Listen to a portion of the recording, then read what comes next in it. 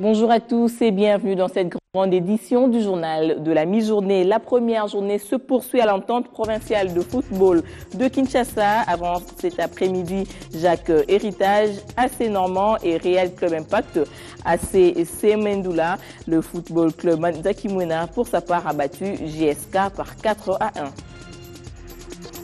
Les pouvoirs publics construisent des infrastructures et la population semble se détourner de l'entretien tel que cela se vit sur le boulevard Lumumba à la hauteur du quartier Banounou où des riverains jettent des immondices dans la rivière.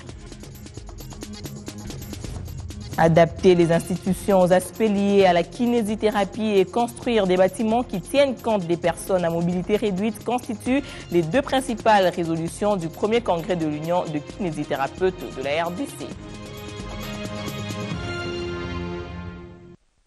Nous allons développer tous ces titres après avoir rappelé le dépôt hier par le Premier ministre du projet du budget 2015 à l'Assemblée nationale, un budget qui s'élève à 8 milliards 300 millions de dollars. Matata Ponyo s'était fait accompagner du vice-premier ministre du budget.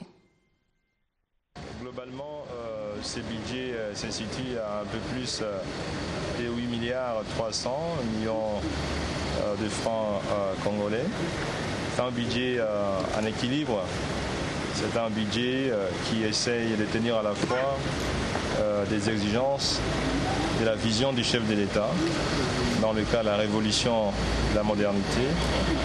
Un budget qui veut rester dans la logique du social pour continuer les programmes initiés par le chef de l'État dans le cadre de la modernisation des infrastructures, dans le cadre de construction des écoles, dans le cadre des constructions et d'équipements d'hôpitaux et des centres de santé, dans le cadre de la modernisation du secteur agricole, pour pouvoir rencontrer les préoccupations sociales fondamentales de l'ensemble de la population congolaise, avec notamment l'intensification de la modernisation agricole à travers des parcs agro-industriels comme celui de Bukangalonzo, dont près de 5000 hectares sont en train d'être sémés.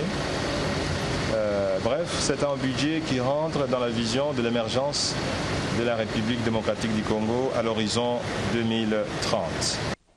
Avant de se rendre au Palais du Peuple, Augustin Matata Ponyo a présidé, comme à l'accoutumée, la réunion de la Troïka stratégique du gouvernement qui a dégagé deux constats.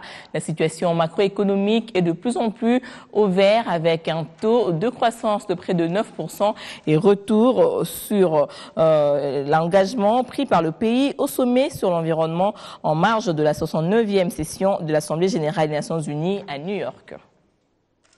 La Troïka a parcouru en revue la situation macroéconomique qui atteste que la stabilité macroéconomique se consolide davantage. D'abord, nous avons apprécié le fait que la Banque centrale a présenté une note qui présente les estimations du taux de croissance économique 2014 sur base de réalisation donc du premier semestre. Et ces estimations indiquent que nous pourrons terminer l'année avec un taux de croissance économique de 8,7%, ce qui est significativement supérieur à la moyenne africaine et qui est aussi supérieur au taux de croissance économique de 8,5% qu'on a réalisé l'année dernière. Au niveau international, la Troïka a été informée de la bonne tenue de travaux du sommet des Nations Unies sur le climat qui s'est tenu la semaine dernière à New York. La République démocratique du Congo a participé activement à ce sommet. Au cours de ces travaux, les États se sont accordés de l'urgence d'agir contre les changements climatiques. Et des engagements ont été pris à cet effet. La République démocratique du Congo, État membre à part entière donc des Nations Unies, va appliquer les engagements qui ont été pris à ce niveau. Je vous le disais, les kinésithérapeutes de la RDC ont clôturé hier le premier congrès de leur union, à l'issue duquel ils ont recommandé l'intégration de la kinésithérapie dans les politiques des institutions ainsi que les constructions des bâtiments qui répondent aux exigences des personnes à mobilité réduite.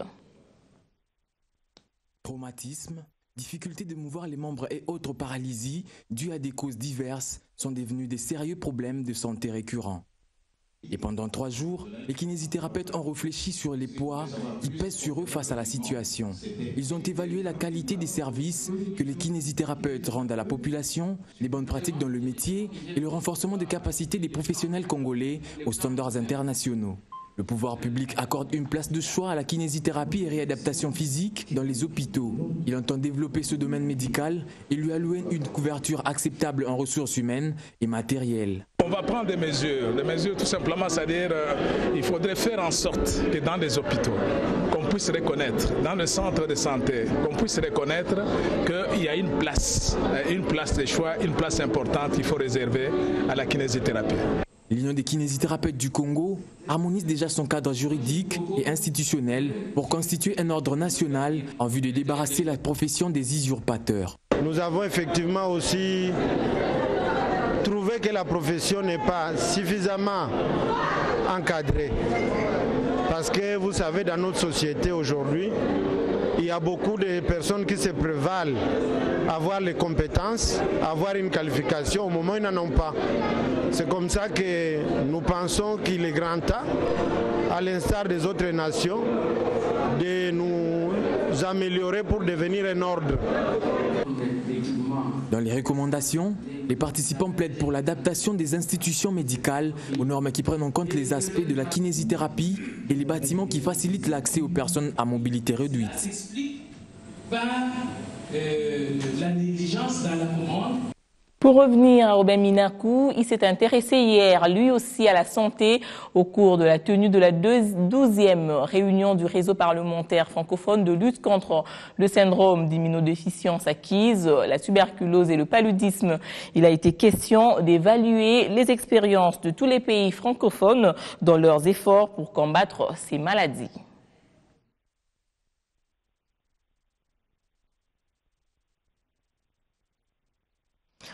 On va y revenir plus tard, toujours dans le domaine socioculturel. Une organisation non gouvernementale dénommée ActionAid a offert des bancs aux écoles de la commune de Kisenso en ce début d'année scolaire dans le cadre de la concrétisation de sa campagne d'accès à l'éducation de qualité et moyens de subsistance. 6 écoles de la commune de Kisenso, dans la périphérie de Kinshasa, viennent de bénéficier de 180 bancs grâce à ActionAid. Cette ONG vise une RDC sans pauvreté ni injustice, dans laquelle chaque personne jouit de son droit à une vie digne. C'est justement dans le cadre de sa stratégie qu'elle lance ce projet qui vise non seulement l'accès à l'éducation de qualité, mais aussi des moyens de subsistance des communautés marginalisées à Kinshasa, ainsi que dans le nord et sud Kivu. À l'issue de ce projet, les conditions de scolarisation seront améliorées. Les infrastructures et l'environnement scolaire seront assainis. Des jeunes accéderont à l'emploi et à développer leurs capacités entrepreneuriales. Les maraîchères augmenteront leur production. Les ménages les plus vulnérables augmenteront leurs revenus. Et bien plus encore, la joie de vivre dignement et l'espoir de vivre seront une réalité dans les zones d'intervention ciblées par ce projet, à savoir Kisenso, Itui à l'est et Nyiragongo à l'est. Il est vrai que la jeunesse et l'avenir de demain, ceux de Kisenso s'associent à ActionAid pour le changement de la communauté. Ce qu'a fait notre partenaire ActionAid aujourd'hui nous réjouit, parce qu'il y a quelques années, nous avons eu nous-mêmes au niveau de la commune à offrir de bons pupitres aux écoles de Kisenso, quelques écoles de Kisenso, mais ce n'était pas assez. Maintenant que nous disposons d'un partenaire qui peut nous relayer dans cette action-là, nous ne pouvons que nous sentir heureux. Je ne peux que demander aux promoteurs des écoles, aux préfets et aux responsables de prendre soin de ces outils-là parce que ça permet à nos élèves de Kisenso de travailler dans des conditions décentes. ActionAid RDC veut contribuer à la réduction de la pauvreté au sein des communautés marginalisées. Au lendemain de ce lancement, il est prévu un atelier sur la mise en œuvre du projet. De la commune de Kisenso au reste des communes de la capitale, le gouvernement provincial s'est félicité hier du démantèlement des réseaux de criminels dans la ville, tout en annonçant la fin de moratoire aux propriétaires des véhicules et autres engins motorisés sur la vignette de l'exercice 2013, ainsi que la désignation d'un nouveau directeur général à la Direction générale des recettes de Kinshasa, DGRK. Le compte rendu du Conseil des ministres du gouvernement provincial par la porte-parole Thérèse Olenga Kalonda. L'exécutif provincial se réjouit du travail remarquable accompli par les éléments de la police nationale dans le démantèlement des réseaux des criminels qui perturbent la quiétude de notre population. En effet, après avoir présenté au public quelques bandes de criminels arrêtés par la police au cours de la parade tenue le 25 août 2014 au camp Lufungula, le gouverneur de la ville a présidé ce mardi 23 septembre 2014 au stade King Kester Emene à Bandalungwa une nouvelle parade de la police au cours de laquelle 5 bandes de criminels mises aujourd'hui hors d'état de nuire ont également été présentées au public. Ces inciviques, à l'instar de ceux présentés précédemment, se sont illustrés dans des forfaits divers, notamment des meurtres, vols à main armée et autres extorsions. L'exécutif présente ses vives félicitations à la police et invite la population à demeurer vigilante et l'encourage à dénoncer tout suspect afin de contribuer à accroître l'efficacité de l'action de la police. Conséquemment, au point ci-dessus, et dans le souci de permettre aux parents de se concentrer sur la rentrée scolaire de leurs enfants, l'autorité urbaine avait accordé un délai de grâce aux propriétaires des véhicules et autres engins motorisés en retard pour s'acquitter de leur vignette exercice 2013. Devant répondre aux impératifs des assignations budgétaires destinées à donner à la ville les moyens de son action pour l'intérêt de tous, le Conseil annonce que le moratoire est arrivé à son terme. Il y a donc démarrage de la campagne de recouvrement forcé au 8 octobre 2014 prochain. Les assujettis sont instamment priés de se mettre en ordre face à leurs obligations fiscales. L'exécutif provincial projette de réaliser des recettes de l'ordre de 103,7 milliards de francs congolais. Il s'agit d'un challenge à relever dans le domaine de la mobilisation des recettes. C'est dans ce cadre que l'autorité urbaine a résolu de nommer à la tête de la régie financière de la ville DGRK en sigle un nouveau directeur général en la personne de M. Jean-Claude Mouissa Monga Lilombo. Les conseils se réjouissent de la nomination de ce cadre consciencieux et pétri d'expérience en la matière. Pour sa part, M. Adélard Matombe Massanga, qui assumait jusqu'alors l'intérim à la tête de cette institution, est confirmé à son poste de directeur général adjoint. Nous vous le disions en titre, les pouvoirs publics construisent des infrastructures et la population semble se détourner de l'entretien tel que cela se vit sur le boulevard Lumumba à hauteur du quartier Banounou où des riverains jettent des immondices dans la rivière. Les détails de notre prochaine édition. Nous allons prendre la presse parue ce matin qui renferme d'autres sujets d'actualité à travers les lignes pour mettre fin à une guerre qui ne dit pas son nom entre Minakou et Matata. Forum des As constate que le bureau politique de la majorité présidentielle s'interpose, ce qui sous-entend que les deux hautes personnalités ne convoleraient pas en juste noces alors qu'elles sont censées prêter main forte à l'autorité morale de leur famille politique. La guéguerre qui s'installe entre les ténors de la majorité cacherait d'autres calculs. Les gens se prépareraient déjà en fonction de l'horizon 2016, c'est-à-dire dans l'hypothèse où le Raïs ne serait pas dans la course. Les choses se passeraient ainsi comme si le sort du Raïs se jouait dans son dos. Or, à cette allure, la majorité présidentielle risque surtout de connaître de graves fissures à 2 ans de la fin du mandat de son autorité morale à la tête du pays. Voilà donc une situation que l'on ne déclare pas un grand jour, mais qui expliquerait ce qui se passe actuellement au sein de la famille politique du chef de l'État, une situation qui ne rassure pas du tout. Traversée entre Brazzaville et Kinshasa, le guide annonce de nouveau un laissez-passer. On ne pourra plus aller au-delà des 2 capitales. Autrement, il faudrait solliciter un visa de séjour. Quelques divergences subsistent toutefois quant au contentieux sur les biens perdus et les violences qui avaient accompagné l'opération Mbata Mokolo, une opération policière menée début avril 2014 où des violations présumées des droits de l'homme ont été commises lors de l'expulsion des ressortissants de la RDC vivant au Congo-Brazzaville. La page sportive de ce journal est 100% EPFKIN. 2 rencontres sont au programme au courant de cette première journée qui se poursuit cet après-midi au stade Père-Raphaël de la Queutule. Jacques Héritage affrontera AC Normand avant le derby Real Club Impact. AC Semendoua. Hier, le football club Nzakimwena a signé un large succès sur Jeunesse sportive quinoise par 4-1 et prend provisoirement la tête du championnat. Première journée, première victoire pour l'FC Nzakimwena en ses débuts de saison époustouflants à l'entente provinciale de football de Kinshasa. Les protégés de l'ambassadeur Jean-Pierre Moutamba ont ouvert le score au rang d'observation grâce à Kabamba Kaniki.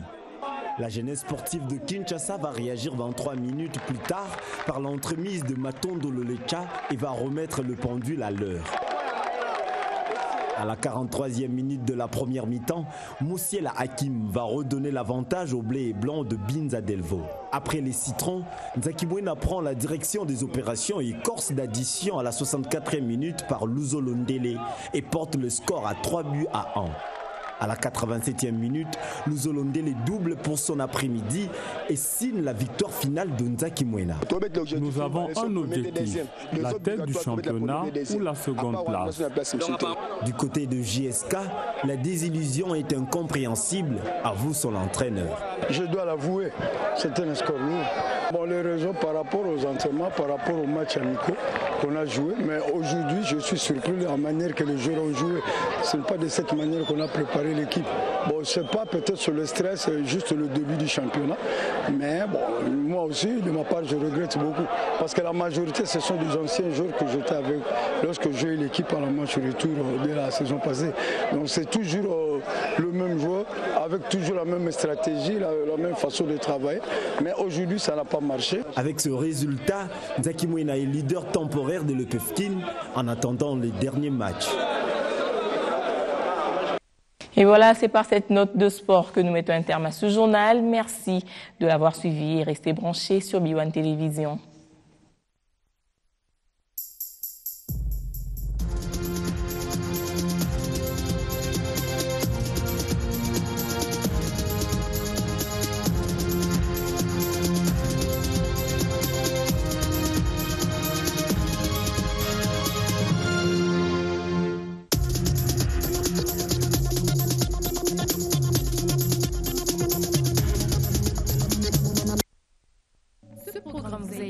Par Honda, le pouvoir de rêve.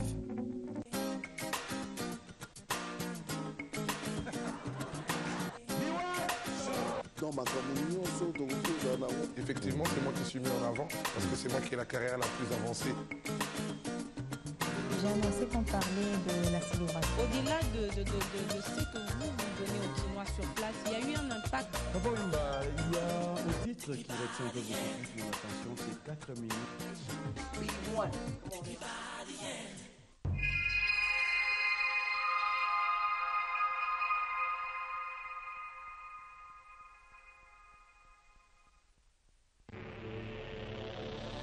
Téléchargez l'application pour tablette et smartphone et restez connecté partout dans le monde sur B1 FM.